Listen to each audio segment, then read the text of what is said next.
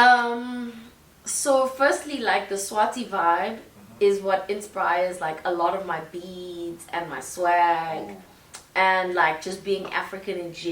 Yeah. And then when it comes to the Bacardi music, I feel like that was already a sound that I was dabbling in like in 2010. Sure. And I feel like Bacardi is South African. We're not going to say it's like Pitori only, it's like South African, you know? Yeah. And the South African sound is what's killing it worldwide. Amapiano already just broke through the ceiling for us. Facts. I feel like Kwaito was like my inspiration. 90s, 2000s, like that's what really got me into music. That's the beginning. Yeah. And then I think like, cause also, you know, my parents had nightclubs, and during those days that was like TKZ, Boom Shaka, you know, it was like that era. How long ago Oskido. was it? They had nightclubs like 90s, early 2000s. Okay. So the one club was called Morgan's in Sunning Hill, and the other one was called Insomnia in Ilovo. Sure. So that's like my inspiration for music, and I feel like Amapiano is taken, like some of Amapiano's inspiration is definitely Bacardi, but I think Bacardi didn't have like the shine that it's supposed to, and it's coming back. The same way Kwaito had its shine, but not enough internationally, and then Amapiano is like an evolution of that.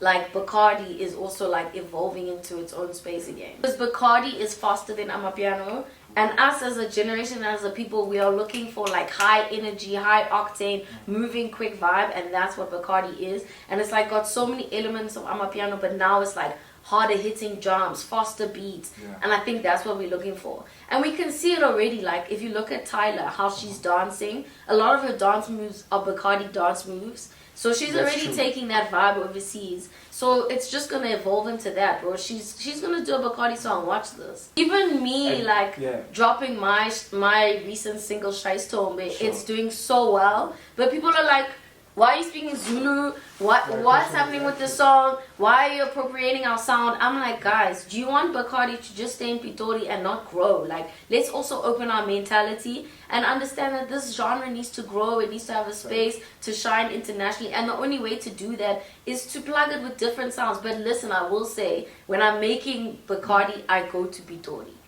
I make sure I travel there. That's why the producer I'm using Any Man the guitar, legend in the Bacardi genre. The next single we're doing was DJ Mobla, another legend in this genre.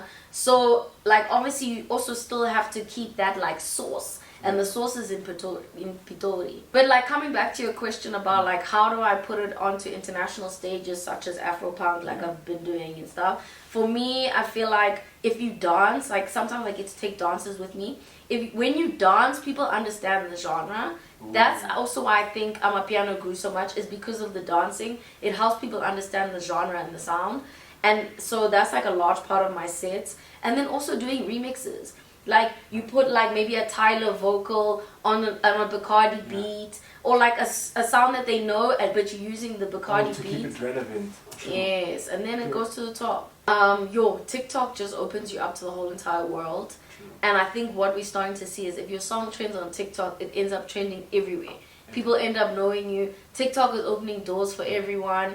And also like I released my song through Sound On, which is actually like a branch of TikTok.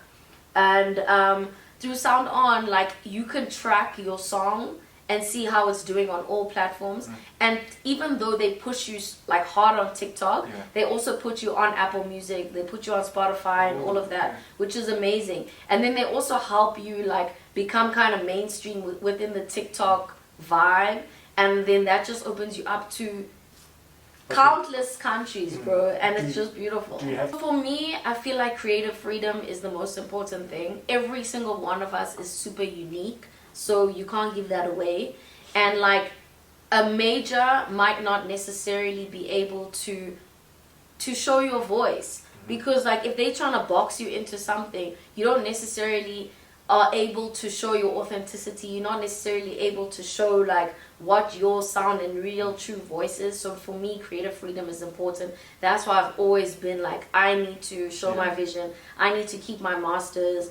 Obviously I go to distributors to ask them and help get them to put me on DSP platforms such as Spotify and iTunes and YouTube, because obviously that's where your music needs to be.